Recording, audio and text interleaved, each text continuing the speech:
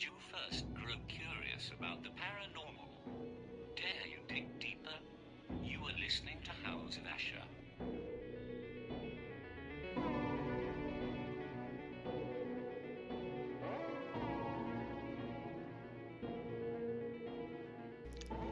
And welcome to this special Christmas episode of House of Asher.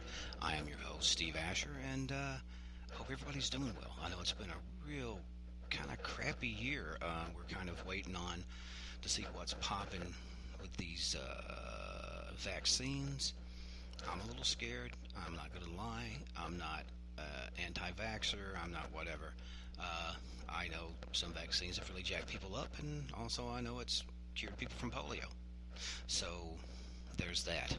That's the margin I'm in. I'm in that, okay, in time, I've seen this has worked. Okay, I've also seen other vaccines that have not worked as well and have been somewhat detrimental to the people taking them. So there's that. But again, this is Christmas episode. So you're going, okay, well, what are you going to talk about? You're going to talk about the Ghost of Christmas Past, something like that. You're going to talk about some sort of thing about Christmas Island or something weird. Well, not so much. Not so much. I do remember this, and I'll tell you this before I get into the meat of this. Right after I thank a few people, I need to make sure to thank Para UK Radio, the guys that have this show going worldwide. I am in their debt. Sweet people. Sweet as pie, as we'd say here in the South. Also, you may be listening to this on the YouTube. I'm like 90 on YouTube. You may be listening to this a link off of Facebook. You may be listening to it on Spreaker, which is the mother recorder that I do from here. There's iHeart, iTunes, Spotify, SoundCloud. Every little nook and cranny of it that you can think of, it's there. You can also access some of this through steveasher.com. That is my homepage for my books and for my shows and for any other little wonky things I feel like sharing and putting on there.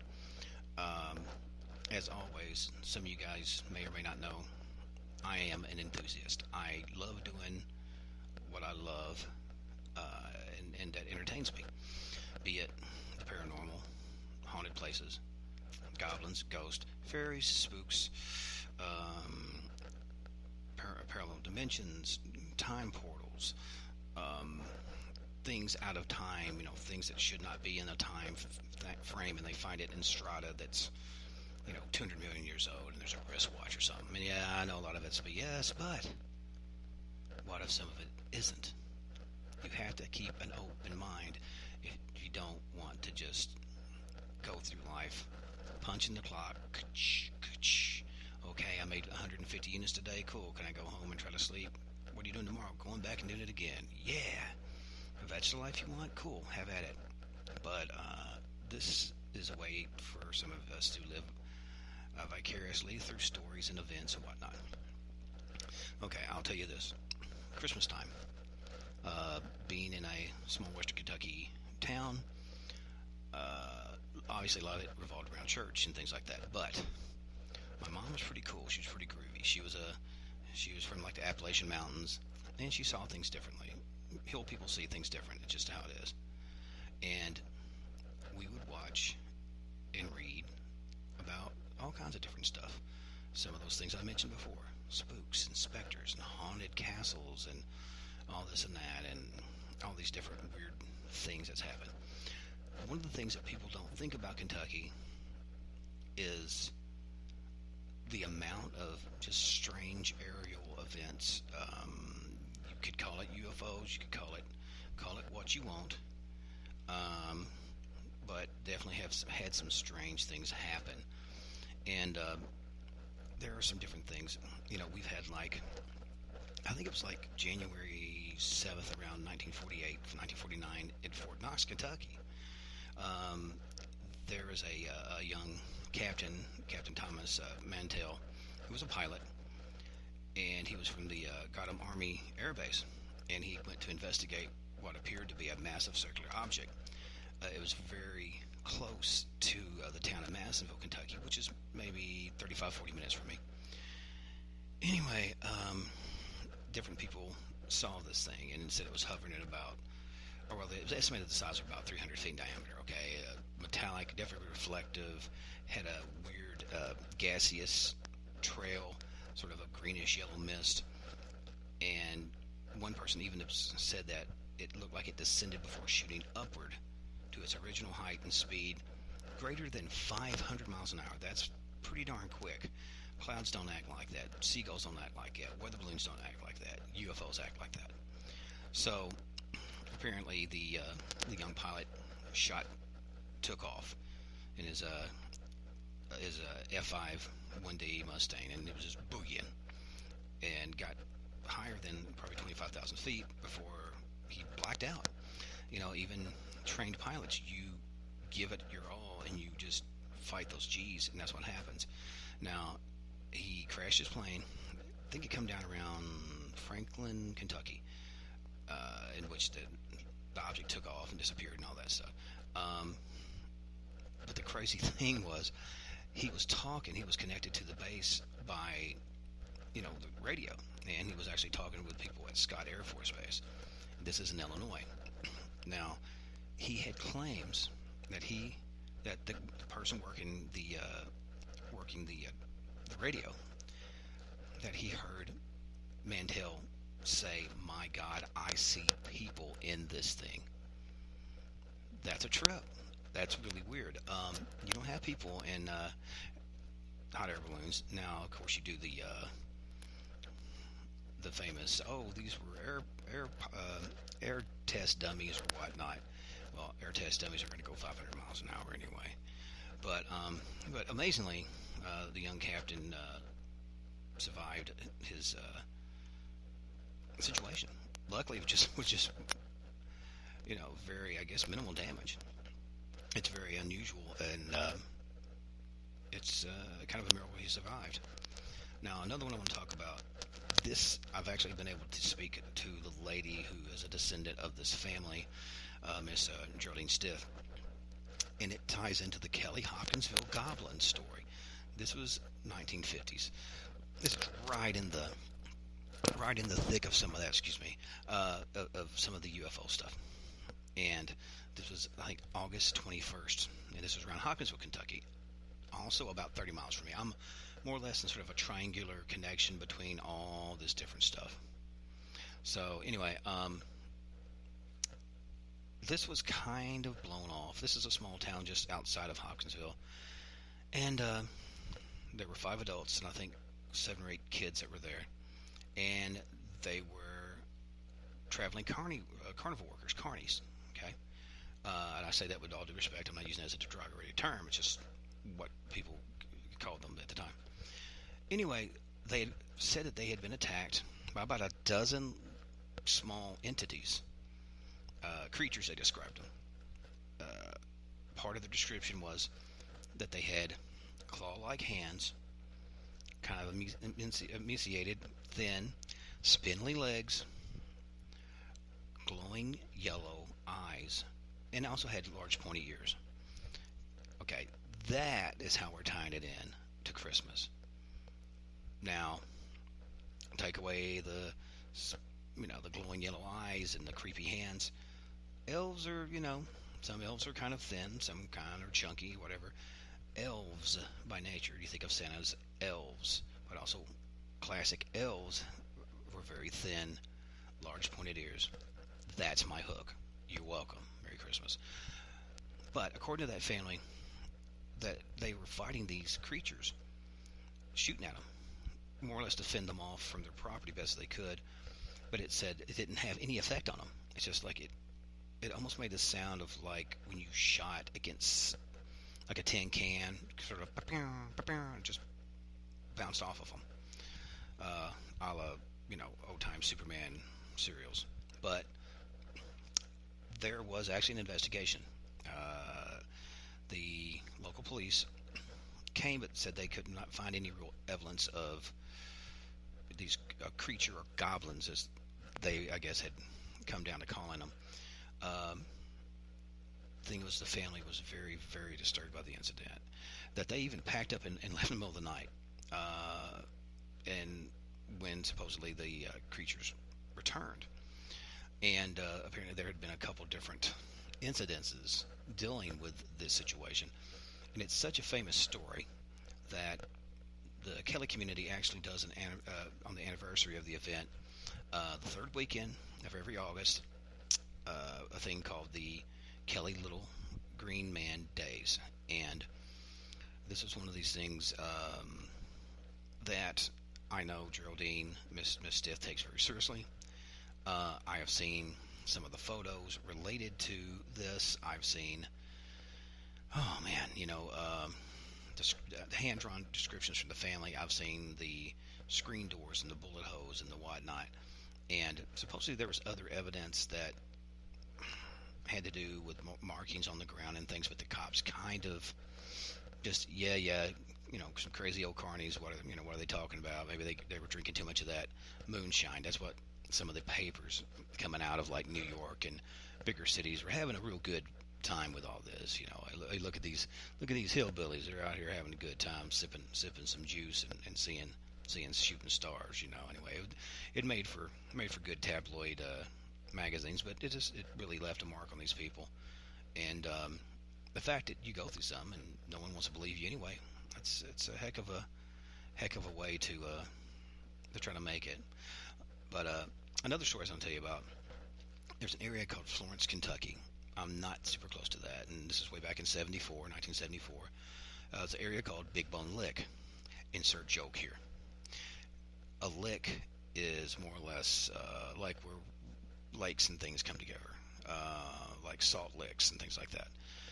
Anyway, there's a spot around the Big Bone Lick State Park, and this is up in northern Kentucky, and talked about seeing weird orbs, erratically moving lights darting back and forth above the area. One woman, even at that time, mentioned witnessing a mothership. So now, her description of what a mothership, if you don't know, I'm doing air quotes, mothership. It said it was more or less the size of a football or larger, and this happened when she was a teenager. Now, some years later, this woman and other people had collaborating evidence that they also had saw strobing red, green, orange lights dancing over the treetops. And more or less, they said shortly after, they observed a silver flying saucer with 3 windows. Even put a motion-activated trail cam on the back of her property to try to capture these black and white images. And there's actually some images if you look it up. I believe it was KentuckyForKentucky.com where I got these pictures, and feel free to check them out. Great place to go, especially if you're just interested in weird things that happens in the Commonwealth. But these are freaky. They're kind of freaky. They don't really look like insects, but they do leave kind of a sweeping tail. It's freaky. I don't know what it is. It'd make me weird. I'm already weird. It'd make me feel weird. But there it is. The other one that I actually did a show on this, the Stanford abduction. Okay, the Stanford UFO. And this was still in the 70s. A lot of crazy stuff popped off in the 70s. January 6, 1977, or 76, I apologize, Stanford, Kentucky. And this is considered one of the most credible of all alien abduction stories. There were 3 women, went out to dinner in Stanford, and they were driving, I guess, back home from it, US 27. They were cruising down the road, and what they saw, they thought it was like an airplane on fire. Man, can you imagine that? More or less falling, ripping through the sky, coming down their way. But for whatever reason, the objects just stopped, like just scotched still, less than 100 feet from the ground beside them. Now, the women had claimed something caused the car to accelerate uncontrollably, go back to like Close Encounters, definitely kind of the same sort of vibe. And they could see what they described as sort of a dish-shaped craft, and it had lights that seemed to revolve and kind of maneuver behind them. Now they're still in the car, and they began, and it began pulling the vehicle toward it. It was almost like it had a tractor beam on it or something. And they actually said that there was a light that filled the car. I believe it was a blue light, blue or purple. I think it was blue.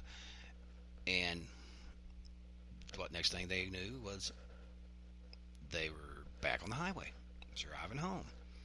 They were confused, and like more, it almost felt like they had been subject to sun lamps. Almost like to get kind of like a suntan in wintertime, or solar beds, or what, or solar suntan boots, or what do you call it? So anyway, it freaked them out, and they had somehow lost like an hour and a half of time. Nobody could account for it. There was also reports at the time of UFOs and other strange encounters. Well, as the months went on, different investigators put these women through all kinds of tests, polygraphs and whatnot, which they passed.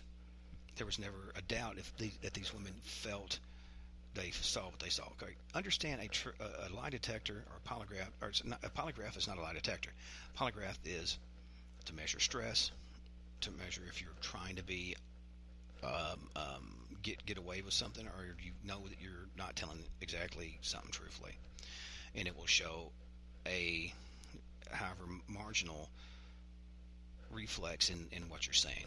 It'll show like a little I'm getting a little ding on that. I don't know why that is. But they even went so far as to go like under deep hypnosis. I'm talking like flat, where you're asking you questions and whatnot. And all of them had the same story of touching on being taken aboard the craft, the UFO, put through rigorous physical examinations by these small, little, large-eyed creatures with hands like jagged wingtips, little tiny, and they didn't say a word. Apparently, one of them claimed that they were put inside of a glass capsule where a skin sample was taken from her chest. Christ, that's insane. That would give me a heart attack. They could put me on the ground, but I would be dead as a rock. Supposedly, one had claimed, oh my God, that they had their eye temporarily removed from its socket and replaced. Like, I guess it just sort of laid there on the side of their cheek. Now, they had different symptoms from all this. Like I'd mentioned, the burns, freaky eye inflammation. I guess you pull your eyeball out, that's going to happen. And it was all consistent with what they claimed and what happened, on whatever side they said the eye was is the side they say this was. Now, there's another thing that happened in, where was it? Central Kentucky. This is actually around the Fayette, Madisonville County area, and it was called the Bluegrass Triangle. And the region got that due to the fact that the firemen had come out to put out a fire. Okay, someone said there's something in the woods and it's burning. It's there's a flash fire. There's a this fire. There's a that fire. So they went out there, and it turned out it was a glowing flying saucer. And they went after it. They pursued it probably like an hour and a half. That's just one incident. There was a gentleman and his wife, I believe he was a preacher, mentioned that the craft was about 10 stories high and 20 stories wide, with the quote, with a zillion lights on it. Now, they said it approached their car while they're on the way to church and miraculously avoided a wreck or being crushed by whatever this thing was. But again, there's no way to explain it. There's pictures of that people have taken of some of these large crafts. There was a kid named Terry Kirby around that time when he was out chopping wood, happened to have his camera and caught some of this stuff, and it was close to the I'm trying to remember what it was. I think it was a Bluegrass Army Depot. It was very close to that, and there was never any explanation. The government never said, "Oh, well, this has happened because of we were doing crafts and whatnot." there's actually an interesting thing that was in Weekly World News years ago, and take it with a grain of salt, but there's been other people to collaborate this. They picked it up after the fact. I think the headline was UFO fires on Louisville, Kentucky police chopper. Two cops survived most amazing encounter of 1993, and this is around February 27th. And it was called the Louisville UFO dogfight. I am writing about this actual event among some of these ones that you mentioned.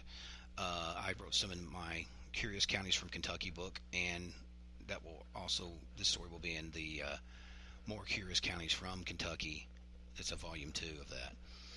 Well, more or less the thing was, this is before drones and a lot of that stuff.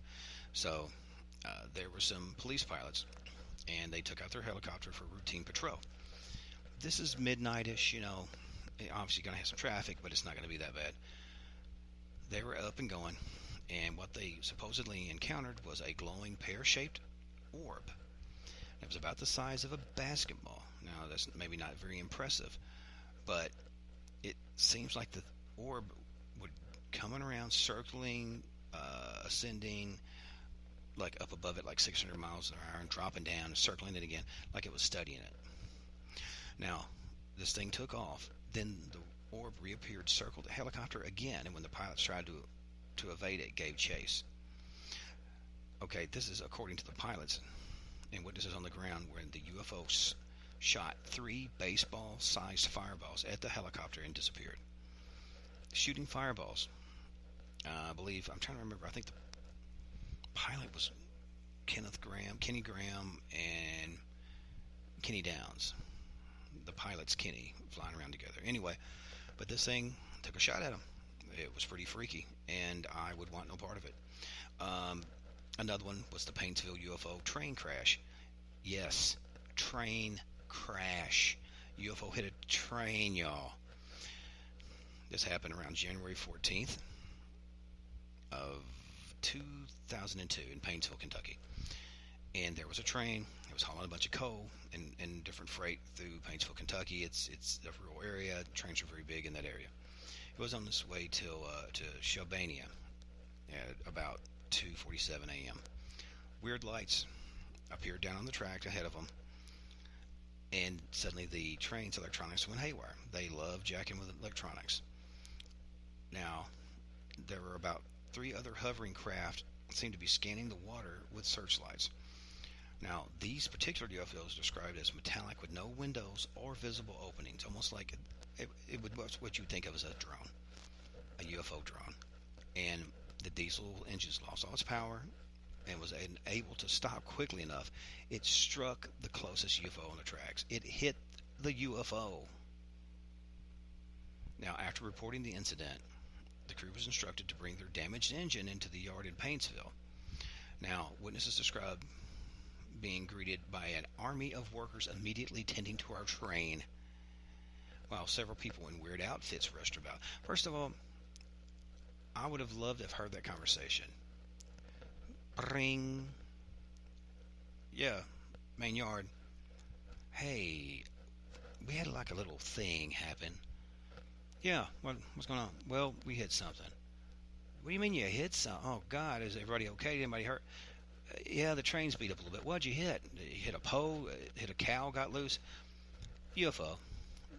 Come again? Yeah, we hit a UFO. Yeah, won't you bring it on into the yard? So, anyway, word got out, and apparently that's when the government got involved. And here they come in here. They're looking at the damaged carriages. All those ones were removed and placed under a large tent, and it was quoted buzzing with activity as they were pouring over them like ants, trying to look at, get any information, get any sort of samples and whatnot. Well, there was a lot of questioning going on, and the workers were transported to Martin, Kentucky, and then allowed to return home. Now, by this time, there was not any really trace of an activity in the yard, and the public was told that the entire incident was due to a, air quotes again, rock slide on the track. Last I knew, rocks don't fly and glow, but there's that. I think it was CSX train that hit it. It's freaky. You can actually go to YouTube and find this. Let me see here. I'll run over this real quickly, and so we can kind of get through some of this. I don't want this to be too long an episode. Bright hovering tubes, October 16th in Pike County, Kentucky. They talk about things that were looking like two large fluorescent tubes side by side, parallel, shining very brightly. And it would be so bright they would seem to merge, and you could see it very clearly with the naked eye. Then it would dim down to almost invisibility. It's unlike anything that they ever recognized. It definitely wasn't a plane or a copter or anything like that. So now, some people have said it has been explained as a test flight of a solar-powered internet balloon. But why did no one not know that at the time? What's the story on that? It just makes you wonder. There was a sighting in Paris, Kentucky, October 20th, 2012. And again, this is the middle of the day. There was a circular patch in the ground left about 14 feet in diameter. Soil was discolored. There was a strange orange tint to the rocks in the center. Just strange. Strange things like that. There was a story about what called repeat visitors, and it come down 16th to the 25th in February of 2013 in Falmouth, Kentucky. And objects would come traveling east, or from east, traveling west and southwest. This was around 11 p.m. on one of those nights, and they kept coming back, and they appeared as bright stars until you see them move, and they would have multicolored lights, red, green, and blue, yellow, white, and they would leak randomly. And one of them appeared on the tip to its side, revealing a round disc-shaped bottom with a ring of green lights rotating around the object. So that's freaky. Louisville tends to have a lot of stuff. On September 19th, 2016, relatively recently, had what they called a UFO fleet. There were several UFOs that went across the sky, followed by a small fleet of smaller UFOs traveling in a tight formation. You know, it's strange. It's really odd, and people think, Kentucky's like a hee-haw episode or Joe Dirt or something. It really isn't. It's just crazy tons of stuff going on, and I can't explain it. I've seen a few oddball things. I've heard a few oddball things, but there's that. Last one I will mention talked about radar blips. This was December 11th, 2018, Western Kentucky. This is right over Hopkinsville, Kentucky, one of the towns I mentioned beforehand.